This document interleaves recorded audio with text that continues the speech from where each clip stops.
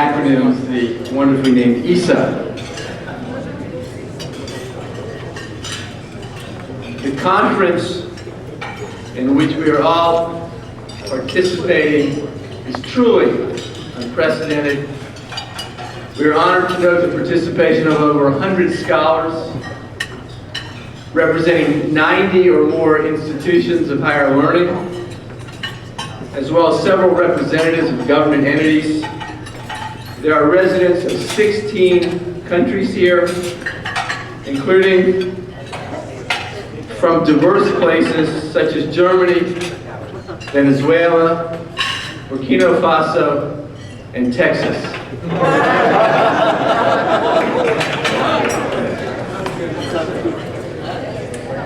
In fact, last week when we were reviewing the scope of the conference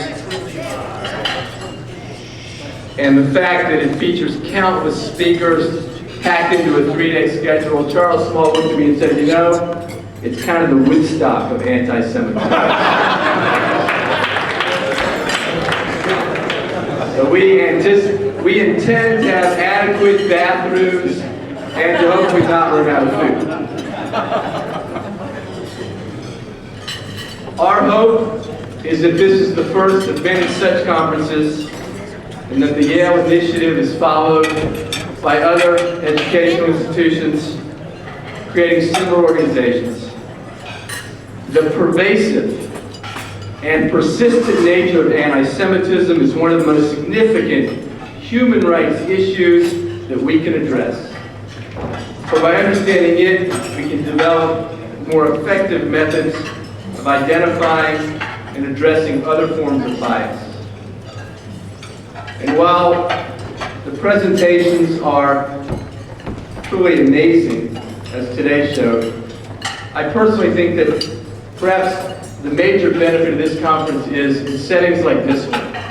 It's the opportunity for scholars in this field to meet other colleagues with whom they don't get a chance to interface with that often, and to share thoughts and ideas and to create relationships so that when this conference is over, until we meet again next year, there can be a more cohesive effort among our community to work on the problems that we're confronting. And so, on behalf of the Board of Governors of YIISA, thank you for participating in this conference and advancing our work in the field of studying anti-Semitism. Good evening.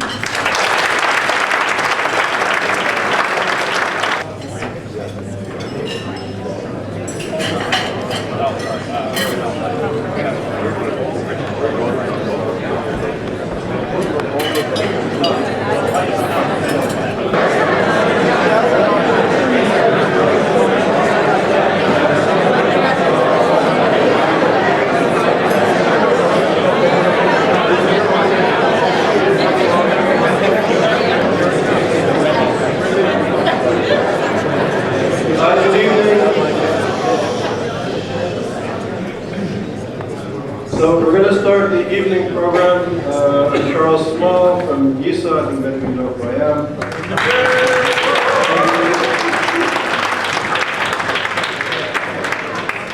So I'm going to speak briefly, and then Professor, the Honorable Ruin Condor will follow me. First of all, really, I want to thank everybody for being here. And from the bottom of my heart, there's an energy in this room, and I think there's an energy among the scholars and the people who are attending that is very important, and it's gratifying to see, and for my colleagues here at Yale to welcome you here, and to see the energy and to see the response of so many people from literally all over the world to our call for papers has been amazing, and I thank you very much for coming. About 6 months ago, a colleague of mine on our board of trustees said to me that it may be a good idea to have a conference, and that this conference will put YIISA and put the study of anti-Semitism on the map. And to be honest, I didn't quite believe it, but he insisted that if you do it well, if you do it right, that the response will come. And I am extraordinarily grateful not only for the support, but for the wisdom and the advice that Mr. Rose, Mr. Daniel Rose was here.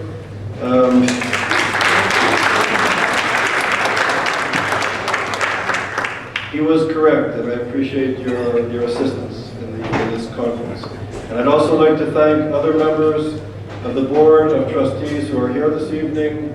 Mark Rosenblatt is here, just in front of me. Aaron Hockford is here right in front of me. And David Messer, who actually came here, is quite ill, and he came to give greetings from quite far just to be here, even though he wasn't feeling well. So I'm grateful. And it's their guidance, not only their support, financial support, which is crucial, but their wisdom, their business know-how, their knowledge of the university system that has really helped tremendously to put YIISA on the map. So I'm really grateful to their help. I'd also like to say I'm very grateful for the other research centers who are represented here. Alvin Rosenfeld from Indiana, who's in the process of starting his center. Dina Porat from the Stephen Roth Institute, the Tel Aviv Institute.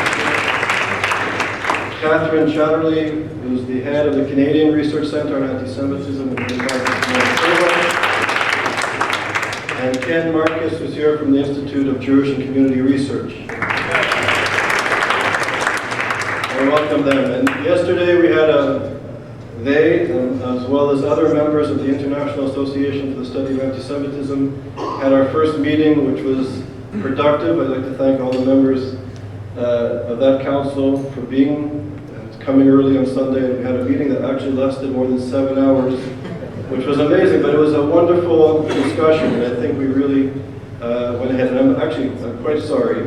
I just remembered that I didn't mention David Feldman from the new center at Birkbeck College at the University of London. David's here as well. And he attended the meeting as well last night. And we're really in the process of launching a professional association, and thanks to the support of the scholars that came here, I really think we're really starting to do something productive, to put the study of anti-Semitism on the map, and to support scholars, to help scholars network, to help scholars publish, to empower scholars to confront the issues of the day. And as we saw just from today's sessions, and there's 2 more days to come, that the issues are very serious, and we need to work together. We need to support each other. We have to encourage each other. At the times, as we know, there's so many experts in this room, I don't have to tell you, and after today we know that the issues are important, and this is really an historic moment. And as I said earlier this morning, when Elie Wiesel spoke at Yale a couple of years ago, and he was speaking about the possibility of another genocide against 6 million Jews, and he said, that the thing that really bothers him is the silence. And perhaps here, that we can take the responsibility of scholars, of people who are aware. And once you become aware, once you become conscious of the issues of the day, we have an obligation and a responsibility to shed light where there's darkness, to take a stand and to be brave. And sometimes the committees won't like what we're doing, and our colleagues won't like what we're doing, but we really need to pursue truth and to even be uncomfortable, because there's other people that are even more uncomfortable than us in the ivory tower. And in Jewish culture and Jewish thought, one sin that a Jew can do is to separate themselves from their community. Intellectuals, scholars, Jews and non-Jews, if we separate ourselves from truth, if we separate ourselves from the challenges of the day, in a sense we separate ourselves from our responsibility. And we have to encourage each other and work together to push against this hatred, this darkness, which is unfortunately facing us once again in our lifetime. It was 1947 in Tel Aviv. It was a hot summer night, and the governor of Palestine, of the British mandated Palestine, called a meeting of all the leaders of the Zionist movement in Tel Aviv. And Ben Gurion was there, and all the British members of the government and the mandate government were present. And it was a very fancy dinner in British style, in English style. And there was a head table, and at the head table David Ben-Gurion was there, and the leaders of the Zionist movement, the governor, and the leaders of the British military were present. And it was a hot summer night, and it was before air conditioning, and it was quite warm. And David Ben-Gurion at the head table decided, he was a very informal person, as many Israelis were in those days, and he decided to take his top hat off and undo his bow tie, and he took his jacket off, and he rolled up his sleeves and undid his collar, put the jacket on the back of his chair, and the proceedings continued. And the governor was furious, and he scribbled a note and gave it to his aide, and the aide brought it to Ben-Gurion, and Ben-Gurion opened the letter, and the governor said that this is a English evening, and you're insulting His Majesty, and put your tie and your jacket and your top hat on immediately. So Ben-Gurion wrote back, very casually, it's okay, Churchill said it's fine. So when the governor read the note, he became very upset, furious, red in the face, and he was shaking. And at the end of dinner, he made a beeline to Ben-Gurion, and he said, what do you mean that Churchill said it's okay, and how dare you, you've insulted His Majesty.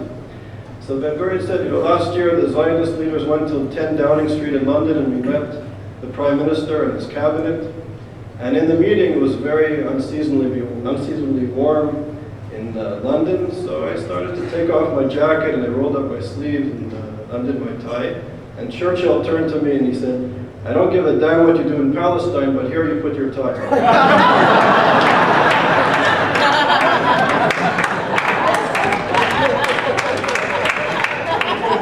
So, 65 years later, I'd like to welcome everybody to Yale.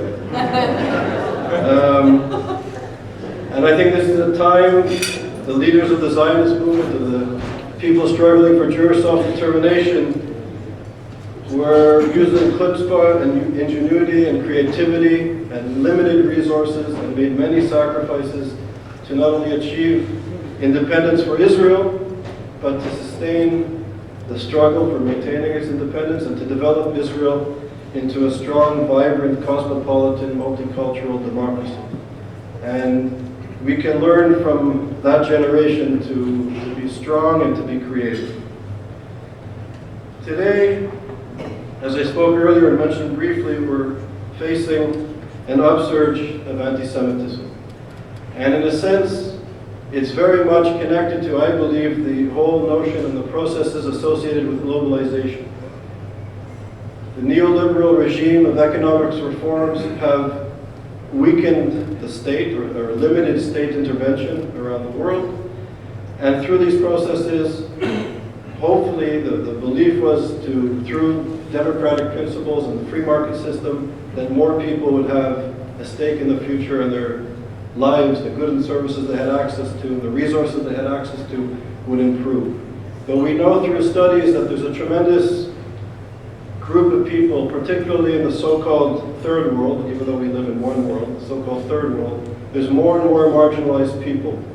And this vacuum that's been created by the free market system and the weakening of the state has been happily filled, in the case of many societies, too many societies, the rise of radical Islamicism, the rise of radical Islam, the sort of reactionary movement that not only wants to destroy the state because they perceive it as a vestige of Western influence, of Western colonialism and imperialism that needs to be removed, as they try to impose Sharia law, as they try to impose a caliphate.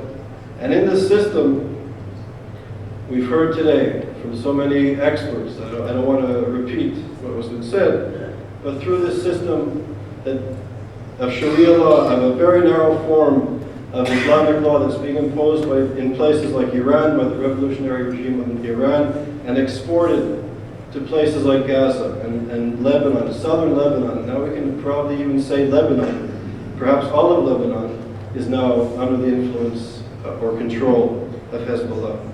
That this revolution is being spread to places like Turkey. We heard a very important lecture this morning about Turkey, and how this sort of radical narrow form of Islam is being imposed on more and more societies. And as this form of anti-Semitism is being, this form of radical Islam is being imposed, anti-Semitism, the hatred of Jews, the use of the protocols of the elders of Zion, the most pernicious form of anti-Semitism, is being used in the most pernicious way, reminiscent of other dictatorships and other reactionary regimes that swept to power. It's a social movement that uses genocidal anti-Semitism, and I'm using my word carefully here, genocidal anti-Semitism, to fuel its support from marginalized, in many cases desperate people. And that this is gaining strength, and the export of this most pernicious form of anti-Semitism, the export of the protocols of the elders of Zion. We know, we'll hear about Venezuela, and even in West Africa, that Iran and Hezbollah and Hamas and other parts of the social movement are exporting this genocidal anti-Semitism, portraying Jews in the most horrific sense, as Professor Nilsson and others showed us today. But this anti-Semitism, as Ruth Weiss said, is pointing at the Jews while they're taking away the rights and privileges of their fellow citizens. It's Muslims who are the greatest victims of radical Islam. They're on the front line. Women are being segregated off from society. Today in Gaza, if a woman wants to shop, they have to be chaperoned with a male member of their family. And yet, we in the West, we in the Academy, are silent in the face of this genocidal anti-Semitism, this sexism, homophobia to the level where people are actually being executed for being gay. When Ahmadinejad was at Columbia University a few years ago, and he said that there were no gay people in Iran, the audience, one of the most sophisticated audiences in the United States, people from the Middle East Studies Department at Columbia University, that audience laughed at Ahmadinejad. They laughed because they didn't understand what he meant. When Ahmadinejad said there are no gay people in Iran, he meant it. He's not a stupid man. He's a clever, maybe immoral, unethical man, but he's clever. And he meant it. Because if you're gay in Iran and you're discovered to be gay, you're executed. The Baha'i people of Iran, as you will hear from Wahid, who's around here, and he'll speak, I believe, on Wednesday, have been labeled a Zionist religion, spying for the state of Israel. Cultural pluralism is being thrown out the window. Religious pluralism is being thrown out the window. Basic notions of citizenship, whether we're right-wing or left-wing, liberal, conservative, I'm sure that everybody in this room would agree that everybody has the right to be equal under one legal system, regardless of our political orientation, regardless of our ethnicity, our race, our religion. And yet, the social movement is completely flying in the face of these basic principles. And we in the West, and we at Yale, at the Ivy Leagues, at Oxford, at Sorbonne, all over the world, we remain silent in the face of this reactionary social movement. And we know through history that anti-Semitism begins with Jews, but it never ends with Jews. This is a human rights issue. This is an issue that needs to be understood from an interdisciplinary background, from different methodological approaches, from different political and ideological approaches.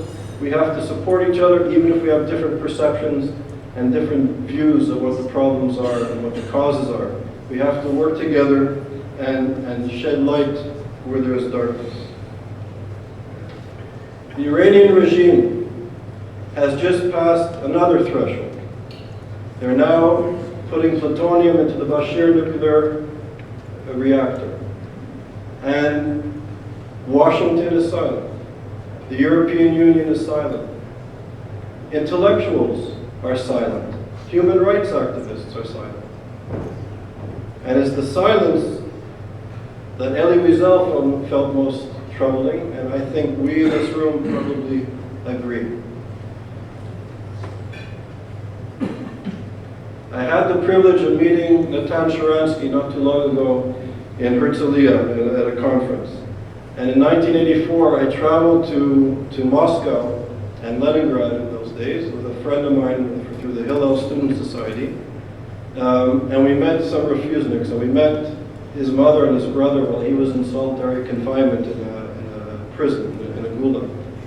And I met him in Herzliya, and we were speaking, and he was telling me that when he was in solitary confinement and he was on a hunger strike, in his darkest hour, he knew he would be free, and he knew that he would live in Jerusalem. He knew it. And as he said it, in his words, he knew that he'd be free because it was the students and intellectuals and housewives that were marching in the streets screaming, "Let my people go."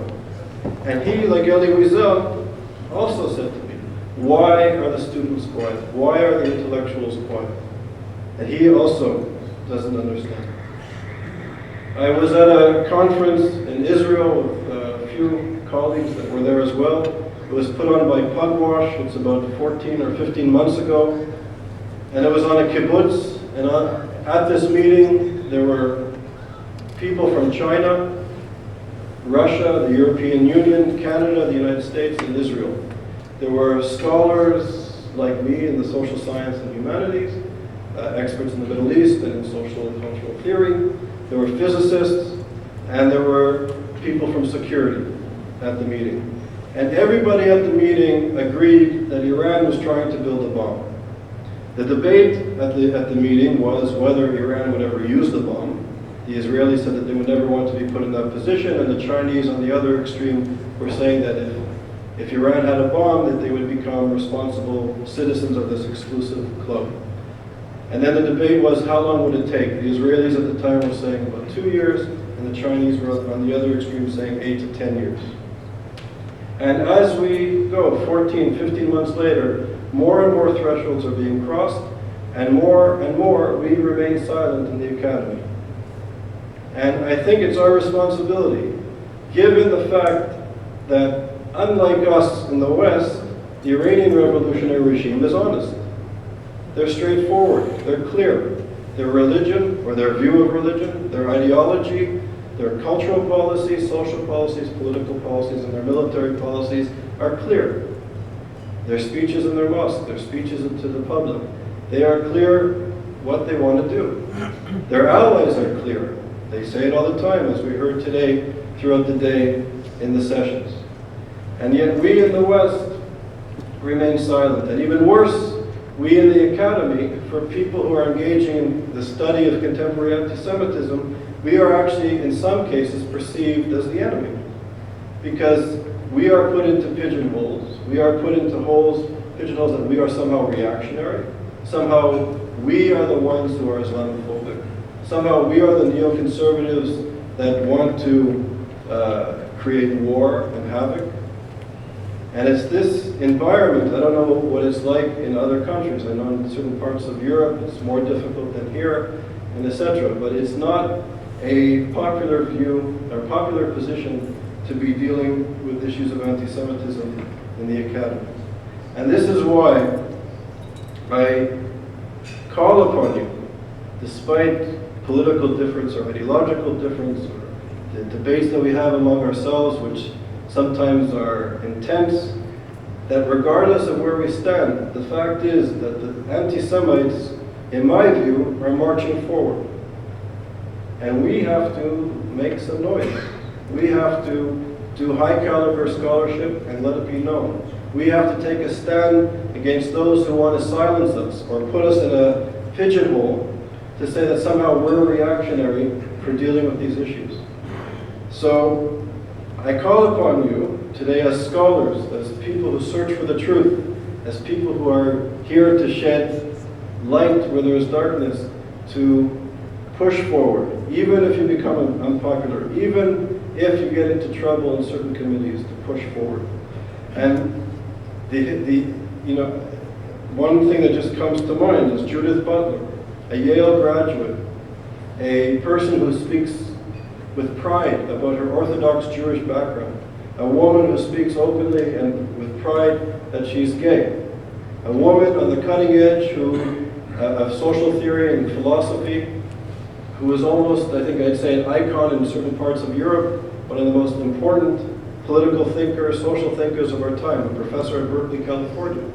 She is going around saying that Hezbollah and Hamas should be embraced as part of the progressive left. And she goes unchallenged by us. And she must be challenged. And she has to be called for these things which are just not accurate. I was recently at the Tate Gallery in London. There was a conference on engaging, it was about Marxist philosophy, the future of Marxist philosophy in the United Kingdom.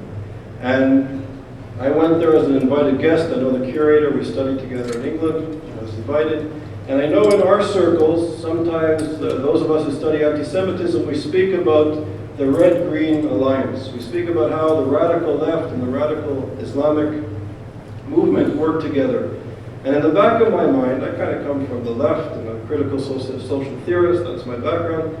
And there's a part of me that was thinking, you know, we're kind of talking amongst ourselves, and that we're probably exaggerating a little bit, you know.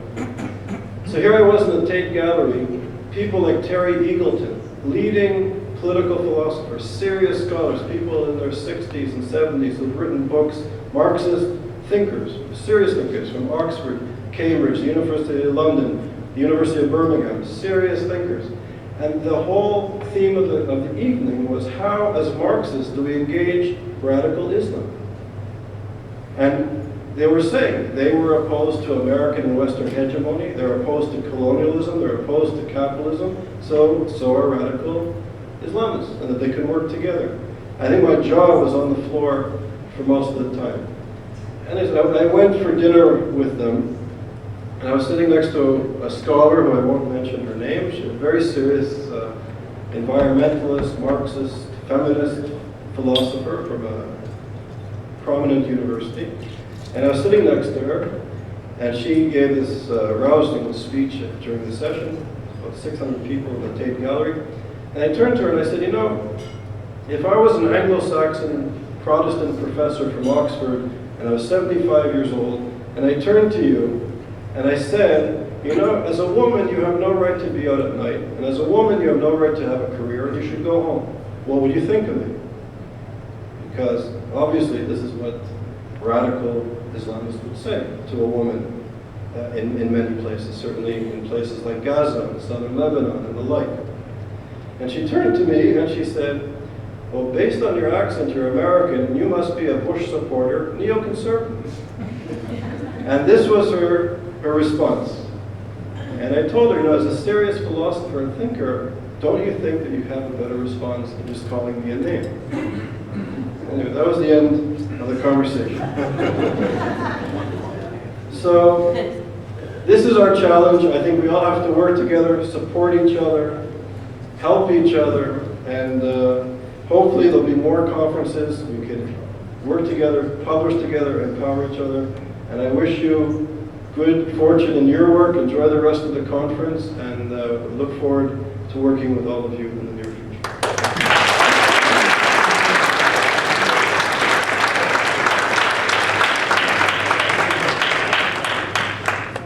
So I have one quick announcement to make before I introduce Erwin Kotler. Very briefly, my parents drove here from Montreal, which is very kind of them. And I just want to wish them a mazel tov. In about a week from now, they're celebrating their 50th wedding anniversary.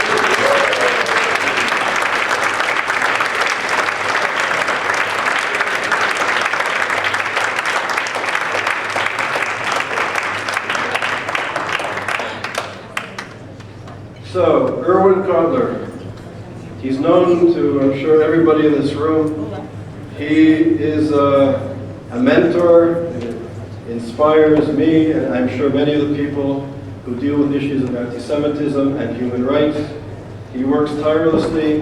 When you see Erwin at a lecture, no matter how jet-lagged and exhausted he is, he's the last person to leave the room. He'll speak to the youngest student, and anybody who has questions, he's always there to give detailed and heartfelt answers. Today he's going to speak, the lecture that he's going to give is entitled Genocidal Anti-Semitism, Ahmadinejad's Regime as a Case Study. Erwin Kotler is a professor of law emeritus at McGill University and is a leading scholar on issues of human rights and international human rights. He's currently a member of the Canadian Parliament, and he's actually the member of Parliament for the riding of my parents, which is nice. I get to visit there.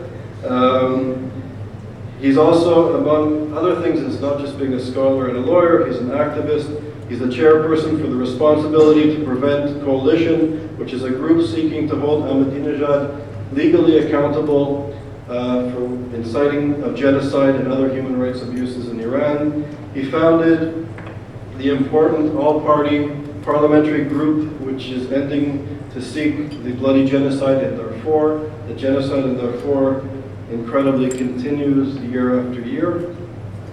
Erwin Cotler was the Minister of Justice and Attorney General of Canada. He is also the Director of the Human Rights Program he was the Director of the Human Rights Program at McGill University until he was elected to the Canadian Parliament. He had his BA from McGill University and his legal degree from McGill, and was the Woodrow Wilson Fellow at Yale University Law Schools. He's written many books, chapters, articles, and is always at the forefront of the struggle for human rights. It's really an honor and a privilege that we welcome you here today.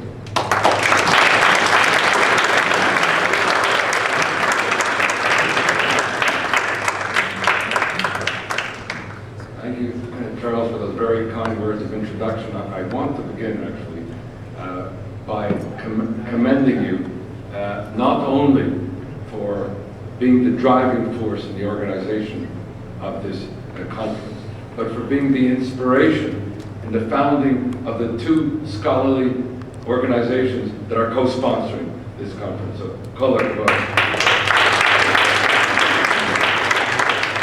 one of the main themes of today's deliberations has been not only that of anti-Semitism as the oldest and most enduring of hatreds. Indeed, to borrow the title of Robert Wistrich's most recent book, Lethal Obsession from Antiquity to the Present Day, but the global resurgence of anti-Semitism, particularly in the last decade, and that was a hallmark of the presentations today. Indeed, if the Holocaust is the paradigm, as it is sometimes put, of radical evil, and genocide, the crime of crimes whose name we should even shudder to mention, then anti-Semitism, as it has been called, is the paradigm of radical hatred. I must say that I sometimes am uneasy about the use of the word paradigm. I know it's a favorite academic term, I use it myself, but it also has a kind of sanitizing effect. When you talk about something being paradigmatic of an evil, then you somehow may forget the very evil that you're talking about as being a paradigmatic expression. And in fact, I'm reminded by this that my father used to counsel me that the struggle against anti-Semitism, as he would put it, was part of the larger struggle for tzedek tirdof, for justice as you pursue. But it was my mother, I think, left a more lasting impression with me when she said to me, you know, if you want to pursue justice, then you have to feel, you have to witness the injustice about you. Otherwise, the pursuit of justice is just an abstract notion. Otherwise, it remains a theoretical construct. And I think the value of this conference, underlying a thesis of my remarks today, is we are here in this scholarly community, hopefully will resonate beyond, to bear witness, to feel the injustice, to bear witness, and we have heard in the presentation today, we'll be continuing, to an old, new, escalating, global, sophisticated, virulent, and even lethal anti-Semitism. One which is grounded in classical anti-Semitism, but is distinguishable from it, which first found international juridical expression in the United Nations Zionism as Racism Resolution, which the late Senator Daniel Moynihan said gave the abomination of anti-Semitism the appearance of international legal sanction. But where here too, it has gone dramatically beyond it. For example, in the laundering of anti-Semitism as part of the struggle against racism, for which Durban 1 was metaphor and message, or the laundering of anti-Semitism under the protective cover of the United Nations, invoking the imprimatur of international law, marching under the banner of human rights, positing Israel thereby as the enemy of all that is good and the repository of all that is evil. A new anti-Semitism, for which I suggest we almost need a new vocabulary to define it, but which can perhaps best be characterized using a rights-based, equality-anchored international juridical perspective. In a word, traditional anti-Semitism is a discrimination against, denial of, assault upon the rights of individual Jews and Jewish minorities to live as equal members in whatever society they inhabit. A diaspora-oriented inquiry for which we have developed indicators to identify and monitor this traditional anti-Semitism. But there is a new anti-Semitism for which we have yet to develop indicators to identify and monitor. A new anti-Semitism which finds expression in the discrimination against, denial of, assault upon the right of Israel and the Jewish people to live as an equal member of the family of nations, of the singling out of Israel for discriminatory and differential treatment in the international arena, of the right even of Israel and the Jewish people to live. The whole which found expression in its more lethal form in the first month of the 20th century, on January 4th, 2000, when the supreme leader, Khamenei of Iran, said that there is no solution to the Arab-Israeli conflict without the annihilation of the Jewish state. Not even the resort to euphemistic, Zionistic metaphor. Without the annihilation of the Jewish state. I suspect that it was this convergence of the overt call for the destruction of Israel, the state-sanctioned genocidal anti-Semitism, together with a more sophisticated laundering of anti-Semitism, as I said, under the rubric of all that is good, and Israel posited as the poisoner of the international wells, as I said even some 20 years ago, that a world in which human rights has emerged as a new secular religion of our time, then the positing of Israel as the meta human rights violator of our time, and since then it has become the positing of this criminal apartheid Nazi state as the new human rights violator of our time, in effect has Israel emerging as the new antichrist of our time. I suspect that it was this convergence of the two that caused Elie Wiesel to say, not much longer after the statement made by the Iranian leader, which I quoted, to say as follows, and I quote, "May I share with you, this is at the beginning of this decade, before everything else that we heard about today has occurred and things that we are yet to hear about. Here's Elie Wiesel. May I share with you the feeling of urgency, if not emergency, that we believe anti-Semitism represents and calls for. I must confess to you, I have not felt this way, the way I feel now, since 1945. I believe that there are reasons for us to be concerned, even afraid. Now is the time, as he put it, to mobilize the efforts of all of humanity, which has in part inspired this conference as well as the founding meeting of the Interparliamentary Coalition to Combat Anti-Semitism, which brought 125 parliamentarians from some 40 countries to London in February 2009, which adopted the London Declaration and which characterized, if I can use one-liners, anti-Semitism as hatred of Jews and hatred of Israel as a Jewish collectivity.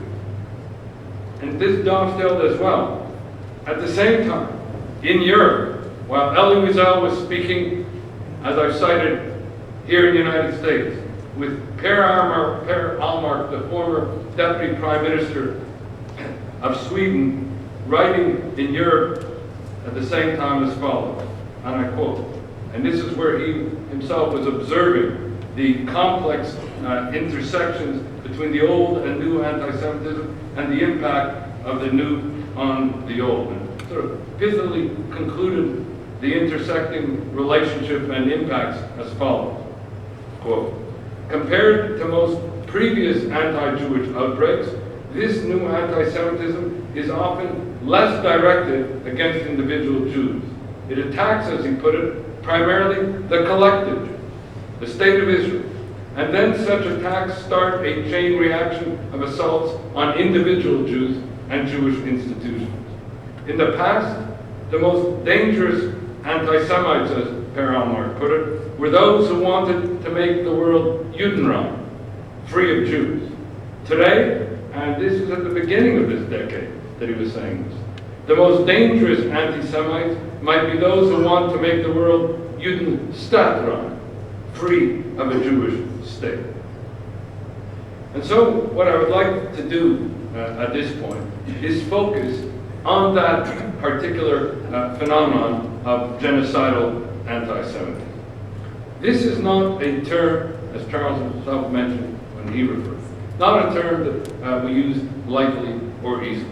And I am in fact extracting from the definition as used in the Convention on the Prevention and Punishment of Genocide, which prohibits in that convention the direct and public incitement to genocide.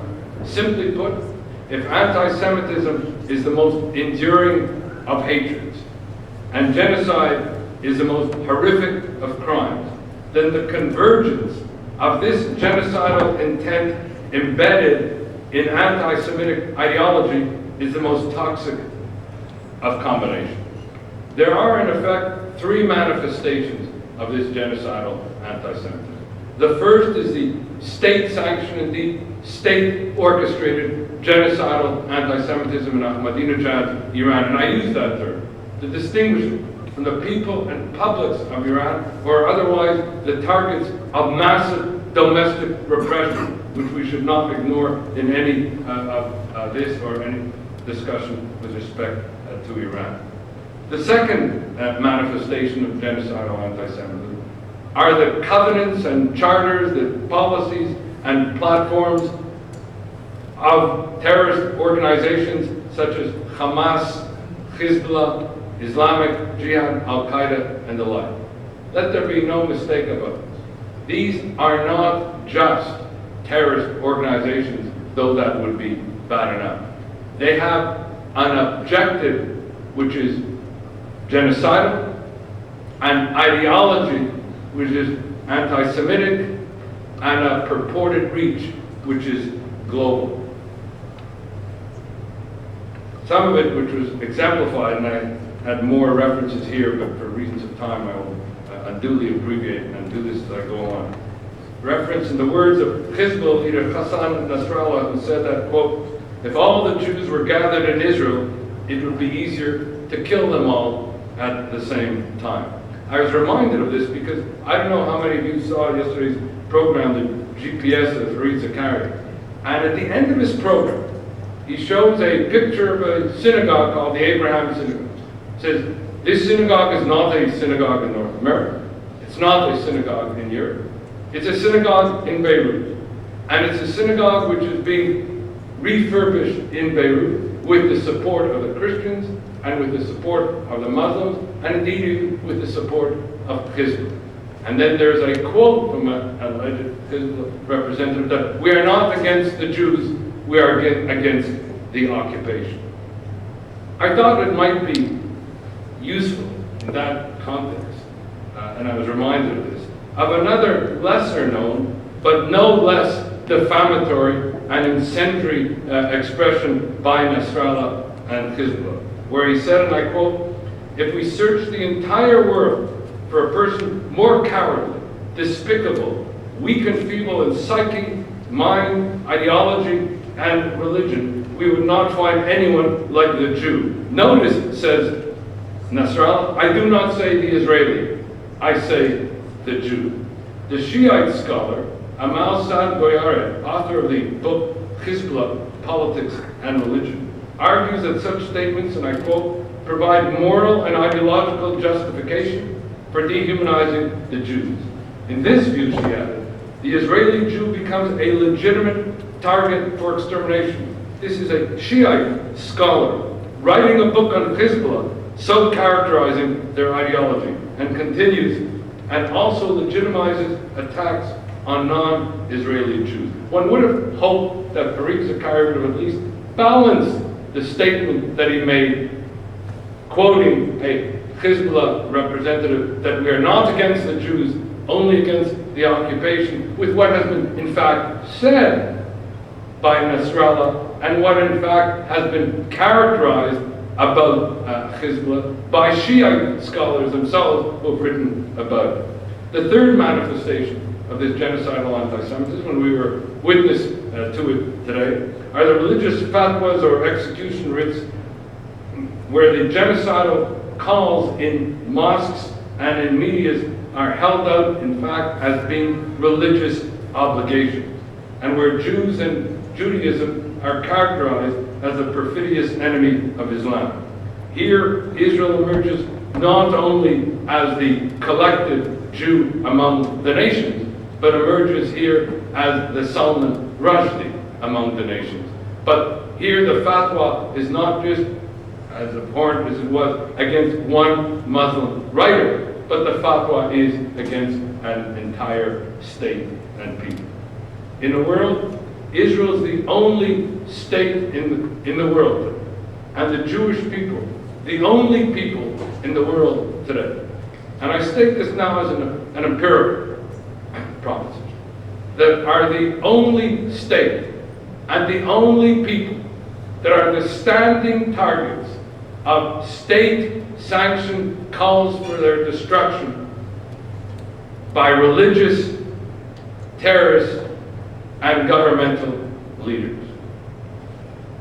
And all this is accompanied, in terms of what Charles referred to, by kind of indifference, not indulgence, of these incendiary calls, which have morphed into another phenomenon.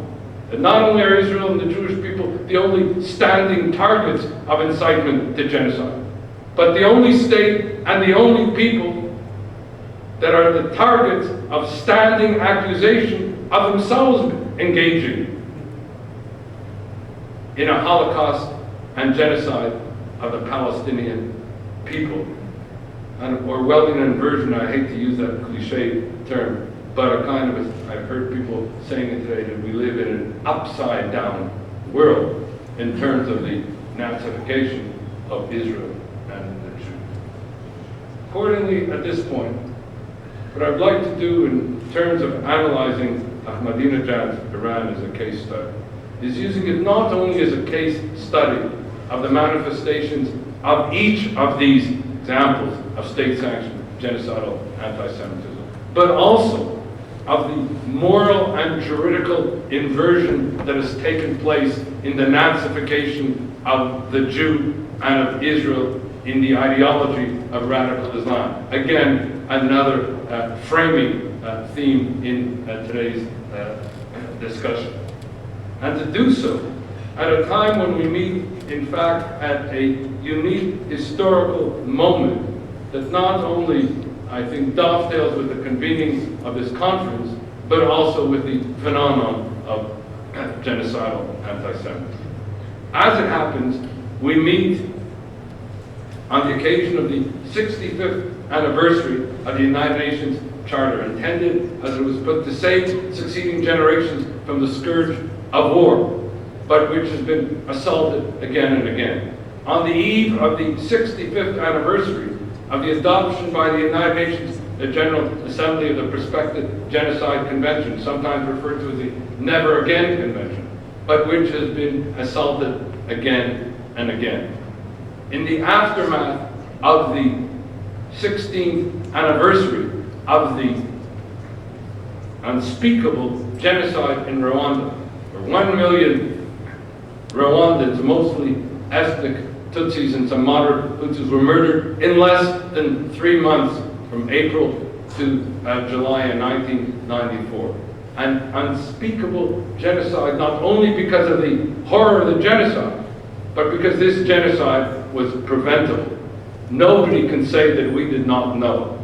We knew, but we did not act, just as with regard to Darfur. Nobody can say that we did not or do not know. We knew and we did not act. And also the double anniversaries of the double entendre of Nuremberg, the 75th anniversary of the Nuremberg race laws, the jackboots of Nuremberg, and the 65th anniversary of the Nuremberg principles, the forerunner of international humanitarian law. And so it behooves us on this anniversary of anniversaries to ask ourselves the question, the implications for genocidal anti-Semitism. What is it that we have learned, and what is it that we must do? Let me very briefly identify 4 major lessons in the last 65 years in a series of one-liners. This is an informed audience. It does not require any elaboration. The first lesson is the danger of state-sanctioned incitement to genocide. Simply put, that the Holocaust, the Shoah, and the genocides that followed in Srebrenica, in Rwanda, and Darfur occurred not simply because of the machinery of death, but because of state-sanctioned cultures of contempt. It is this teaching of contempt, this demonizing of the other, this is where it all begins, as the Supreme Court of Canada put it in upholding the constitutionality of anti-hate legislation in Canada, and I quote, and it was affirmed by decisions of international criminal tribunals for former Yugoslavia and Rwanda, that the Holocaust did not begin in the gas chambers. It began with words. These, as the court put it, are the catastrophic effects of racism, the chilling facts of history. The second lesson is the dangers of indifference and inaction in the face of such incitement and atrocity, for which Rwanda and Darfur are case studies. The third is the danger of a culture of impunity. The 20th century was the age of atrocity. It was also the age of impunity. Few of the perpetrators were brought to justice. And so just as there must not be any sanction for hate or any refuge for bigotry, so must there not be any sanctuary or haven for these hostis humanus generis, these enemies of humankind. And the fourth lesson is that of la trahison des clefs, the betrayal of the elites. Nuremberg crimes were the crimes of the Nuremberg elites.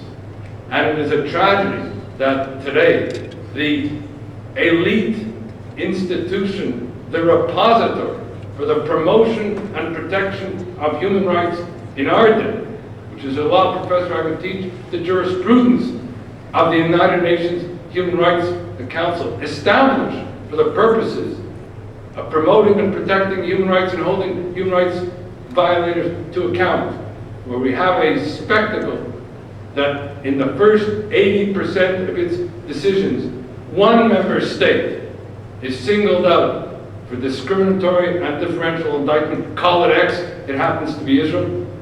But no less important, that the major human rights violators continue to enjoy exculpatory immunity. No resolutions of condemnation, not against Iran, not against Sudan, not against Syria. And so I say, la trahison des clefs.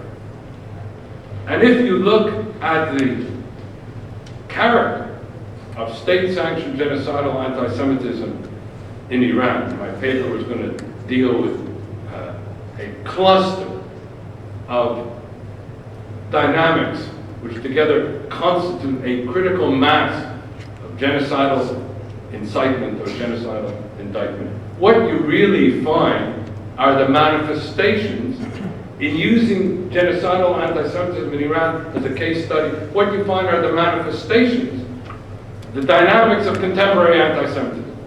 What you find is, number one, first, the delegitimization or exclusion of the alien other. That becomes the first dynamic in this phenomenon of delegitimization, which found expression in the words of the Supreme Leader. Now, just quote this one as follows, and I quote, "Who are you?" Speaking of what is the delegitimized statement. Who are you? A forged government and a false nation. They gathered wicked people from all over the world and made something called the Israeli nation. Is that a nation? All the malevolent and evil Jews have gathered there. In the original, this is not my characterization. Those Jews who went to Israel were malevolent, evil, greedy thieves and murderers, leading to the second precursor, and that is the dehumanization of Israelis and Jews through the use of epidemiological metaphors reminiscent of Nazi-like dehumanization of the Jews. I make no comparison at all with the Holocaust or any analogy. I'm speaking only about the use of epidemiological metaphors. In other words, in the genocide fostering process, these biological euphemisms are not just rhetorical instruments of incitement. Rather, they seek to preclude the intended victims from even being considered human to begin with.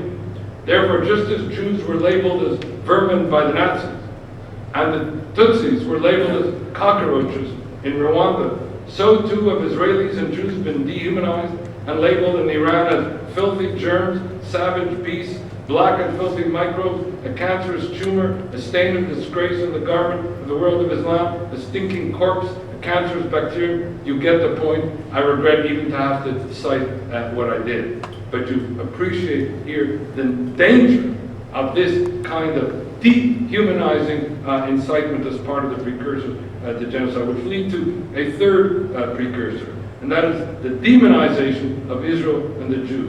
The Jew is a dangerous, diabolical, devil-like, satanic figure. In a word, and to conclude this third precursor, dehumanization coupled with demonization accomplishes the dual purpose of making the would-be victim appear to be not only less than human or subhuman, but also to appear to be more threatening, more dangerous, thereby providing a warrant for genocide.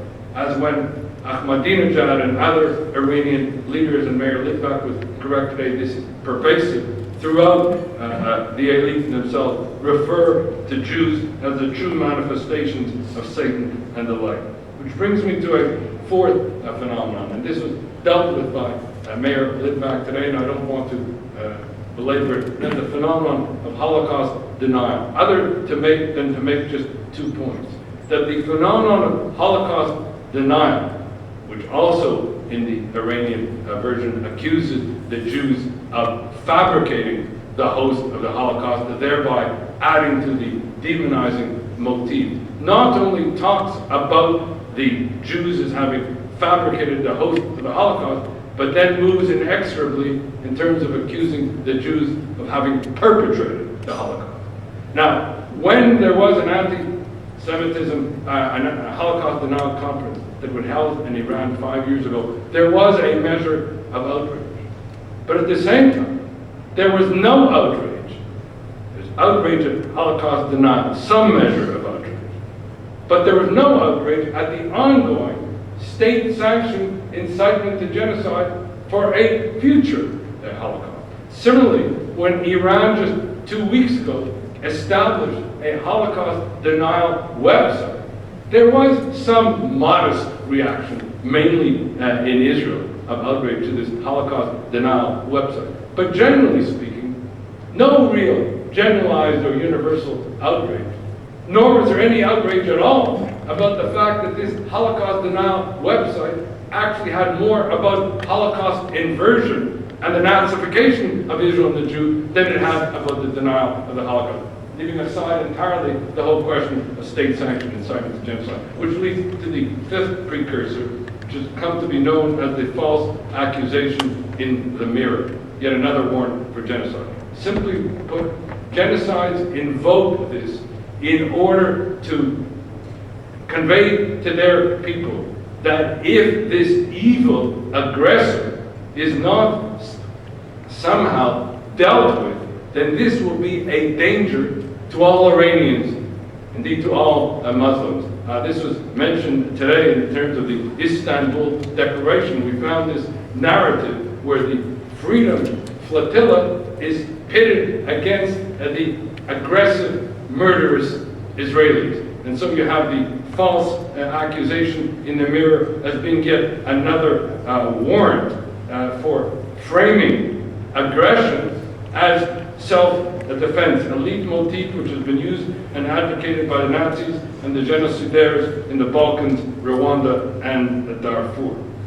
Brings me now to the next precursor, the sixth one, and with that, very briefly, not only are Israelis and Jews held out as being the enemies of Iran or the enemies of Islam, they're held out as being the enemies of humanity as a whole. There are a whole series of citations which I won't go into. The point is that the struggle against this demonic evil, which is held out to be an enemy of humanity, also increasingly has a kind of religious sanctification to it. In other words, this is the way to bring about the hidden Mahdi, the return of a kind of messianic Islam in order to arrest this assaultive and invasive enemy of humanity. The seventh precursor, and I've mentioned it and I won't go into it, that is the support that Iran provides. And I'll just quote one of them, which I found interesting because it was referred to actually from the podium of the United Nations. So one would have thought that rather than Ahmadinejad be in the docket, he was able to articulate the following, and I quote, "But among the Jews there have always been those who killed God's prophets, who opposed justice and righteousness. Throughout history, this religious group has inflicted the most damage on the human race, while some groups within it engaged in plotting against other nations and ethnic groups to cause cruelty, malice, and wickedness. Historically, there are many accusations against the Jews. For example, it was said that they were the source for such deadly diseases, the plague and the typhus. This is because the Jews are very filthy people. For a time being, people also said that they poisoned water wells belonging to Christians and thus ended up killing them. Anti-Semitic tropes sanitized somewhat by Ahmadinejad in his talk before the United Nations, but nonetheless, you get the sense of this precursor. And so the question becomes, and with this I move quickly to a close, what is it that we must do? Let there be no mistake about it. Iran has already committed the crime of incitement to genocide prohibited under the Genocide Convention. Iran is in standing violation of international law prohibitions, not only with respect to the incitement to genocide, but also with respect to the prohibitions on the development of nuclear weapons, also with regard to international terrorism, human rights violations, and the like. And so when we ask the question, what is it that we must do? I find it astonishing that as we meet, not one state party, not Canada, not the United States, not any of the countries of the European Union has invoked any of the mandated legal remedies under international law and under the Genocide Convention to bring Ahmadinejad's Iran to account. There's not even been the modest initiative of simply referring Ahmadinejad's genocidal incitement of the Iranian genocide to the United Nations Security Council for deliberation and prospective accountability. Not one state, and this could be done tomorrow, not one state has initiated before the International Court of Justice an interstate complaint against Iran for its violations of the Genocide Convention, as Iran is also a state party to the Genocide Convention, and is obliged to prohibit this, let alone at the perpetrator. The United Nations Secretary General has not exercised his authority under Article 99 of the UN Charter, nor has anyone asked him to exercise his authority under Article 99 of the UN Charter to refer this matter of genocidal incitement to the UN Security Council for deliberation. I can go on. The point I'm trying to make is that in the face of state-sanctioned genocidal anti-Semitism, with all the historical lessons that we know about it, we are finding the same indifference and inaction in the face of such incitement. In the face of what might be called, in the light of the 8 precursors I mentioned to you, in their constitutive sense, a warrant for genocide or genocide foretold. I can tell you that as somebody, when I was Minister of Justice and Attorney General of Canada, prosecuted Rwandans for incitement to genocide, that the critical mass of precursors to genocide in Ahmadinejad's Iran parallels, if not exceeds, the critical mass of precursors in Rwanda, which took them down the road to genocide.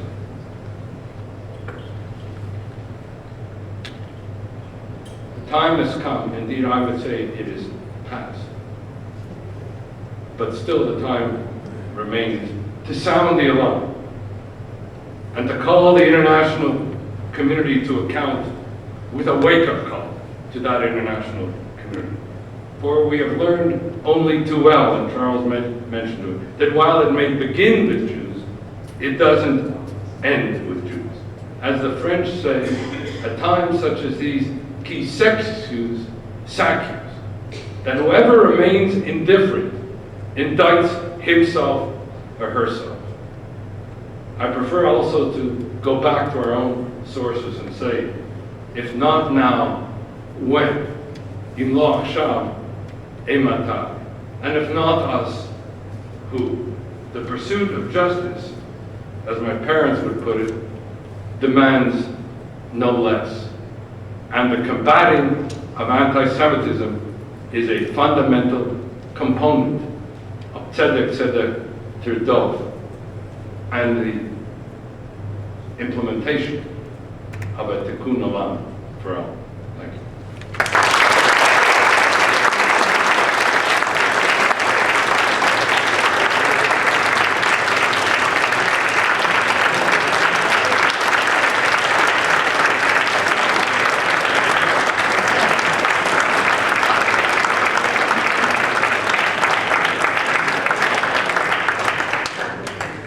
Erwin, thank you so much.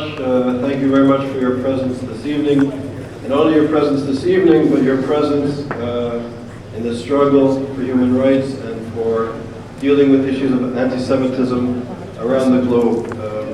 Thank you so much for your tireless efforts, and may you continue with strength to strength, because we really need you. Thank you so much for being here.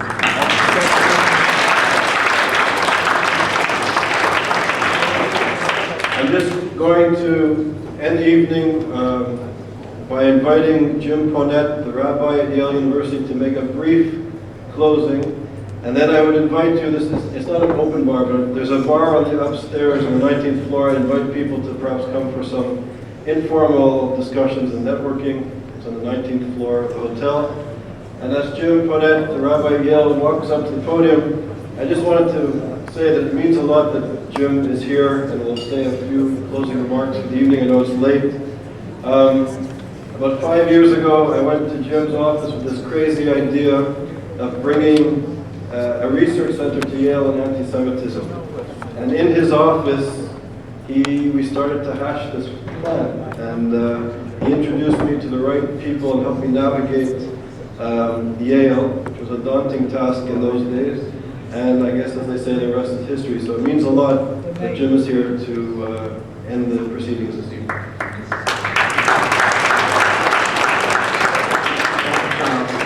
After all we've heard, and consistent with my amazing conversation with Bassem Tibi, who sits over there, I should just like to end with the words of the psalmist, in Hebrew and in English, that all that we're doing here tonight and in the course of this conference will indeed move from the darkness that Professor Cutler has described so vividly to the light. And that would be accomplished by these words, Adonai oz le'amo yitain, Adonai yivorech et amo b'shalom. May the one who will give strength to those of us who have tasks to perform grant us also peace, ease in this world,